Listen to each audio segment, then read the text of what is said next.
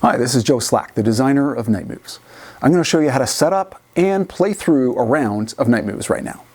So first I just want to mention that all the components you see here are just for the prototype. These may not be the final versions. So having said that, we're going to start setting up by first choosing a character. There's 4 different characters you can choose from: the Archer, the Knight, the Bowmaster, and the Champion. Each of them have different stats, and even a small increase in attack or range can make a big difference, as can the ability to level up a little faster. So what we're going to do is we're going to start with the Knight. And we're going to use this character throughout the game. So we're just going to put these tokens on here on the white dots for health, for attack of 2, range of 1, and then for XP you're going to start just off the track with no XP. You're going to also set up the level up deck, starting with level 2 through level 5 in order. You're also going to want to put all the tokens within reach: the levers, hearts, barrels, treasures, and the action tokens. Next, you're going to want to set up your stage deck. All the cards have a level 1 side and a level 2 side on the reverse. So you're going to set it up so that they all have the level 1 side facing up. You're going to shuffle the deck and select 9 cards without looking at them to make up your 9 stages. And then take the boss cards, shuffle them up. They're 2-sided as well. There's 6 total bosses. You're going to randomly select one and put it onto the bottom of the deck without looking. Next, you're going to shuffle the basic movement deck and deal out the top 5 cards, leaving the last card as the deck to draw from. You're also going to shuffle the movement upgrade deck, and for the special items, we're going to set them aside. They're only needed in the campaign, which we'll discuss at the end. Okay, now we're all ready for the first stage, and we're going to place our knight on the knight square, place any treasures on the appropriate spaces, any hearts on the appropriate spaces, and any barrels on the appropriate spaces. So the goal of the game is to get through the 9 stages, to get your knight out of the room through the exit on each stage. You'll need to exit each stage with at least 1 health to still be alive, and then get to the end boss and hit all the levers in their stage to bring down the dungeon and escape back to your village safely. The treasures allow you to upgrade your deck. Attacking enemies allow you to increase your XP and level up. And hearts will increase your health. You'll see that each enemy has a range indicated by these colors. They have an attack value and a health as well. But anytime you step into these spaces and go past, you'll get attacked by them according to how much damage they do.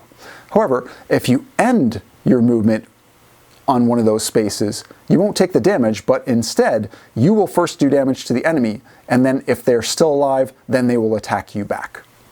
But if you were to ever cross through one of these spaces, you would face that much damage. Each stage is split up into 3 steps: plan, execute, and collect rewards.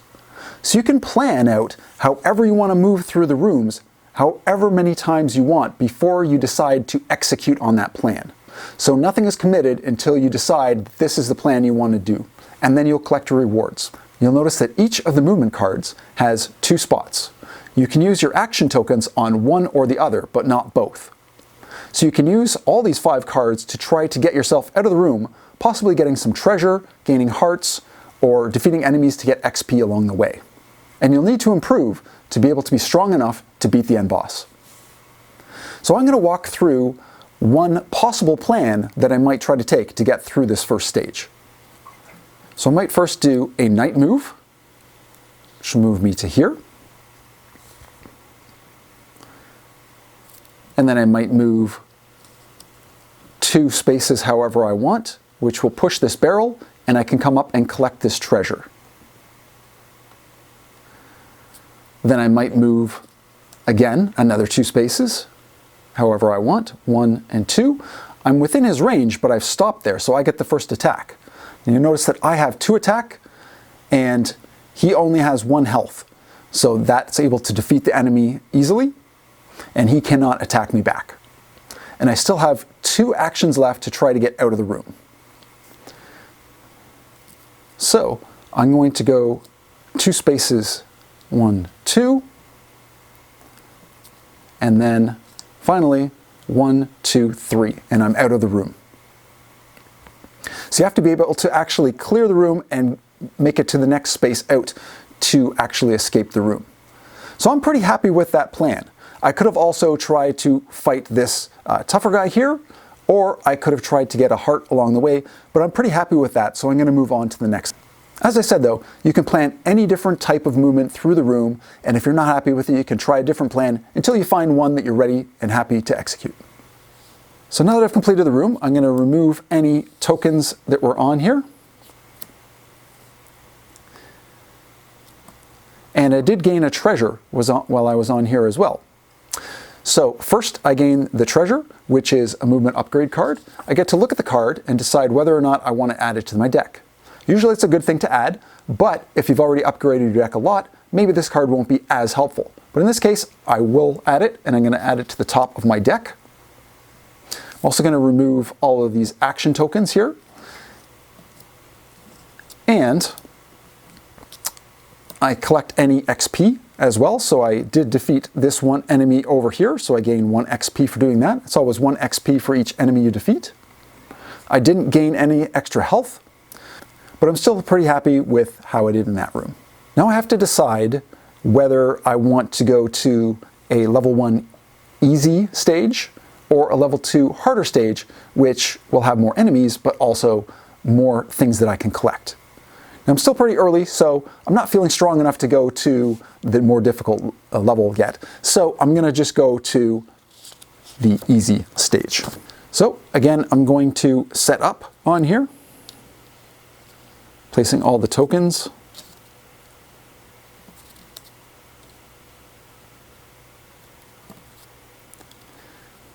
And I will set up my deck as well. So I'm going to remove all the cards that were used in the last round.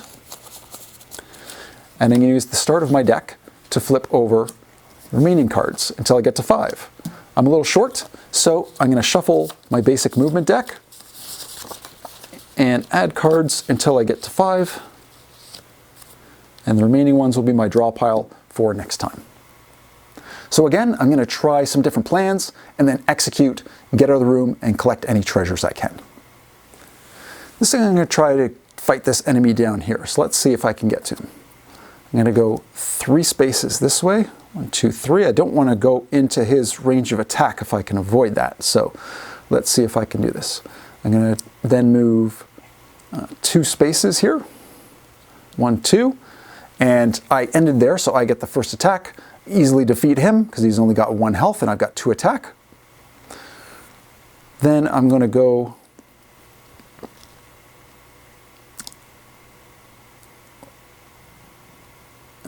let's try this. I can go over here and I can collect that heart, so I'd go up by 1, but I'm still not quite within range of fighting this guy here. Let's see.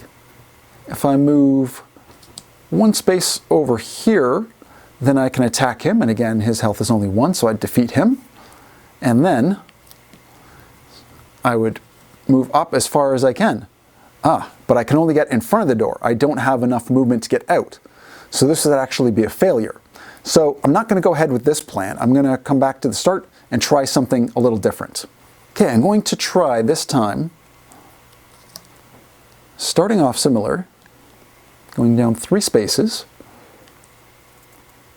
and then I'm going to go 2 more spaces. Again, attack and defeat this enemy. Then I'm going to go diagonally. And again, I'm going to be able to defeat this enemy. Then I'll move 1, 2, 3, 4. I'm not going to stop to pick up that heart. If I wanted it, I would have had to stop. And then I only have 1 space. Again, I can't get out. So I'm not going to go with that plan. I'm going to try something again different. This time I'm going to start off with doing a knight move. And I'm going to go 2 spaces. I'm going to push this barrel up. And then I'm going to push this barrel over to block this guy from being able to attack me. I'm going to use this one to move up to 2 spaces. I'm only going to use one of those 2 movements to come here and collect that treasure. Then I'm going to move 1 space down here. I'm going to take an attack from him because I'm within his range, but I think it was worth it to get that treasure. And then move as far as I want out this direction. So I'm going to go with that tactic this time. So I did take 1 damage. I didn't get any experience from defeating anybody, but I did gain another treasure. So I'm going to gain another movement card. And again, I like this card, so I'm going to add it to my deck. Now let's say that I had defeated a couple enemies and I got to level 2. In this case, I would have a choice between increasing my health by 1 or increasing my experience by 1. So I might say, let's increase my experience so I can level up a little quicker. And I can also trash 1 card. It can be any one of the cards that I have here in front of me that I either started with or earned. So in this case, I might get rid of this starter card. And next we're going to jump ahead to the end boss to see how that plays out. Okay, we skipped ahead and now we're on the end boss.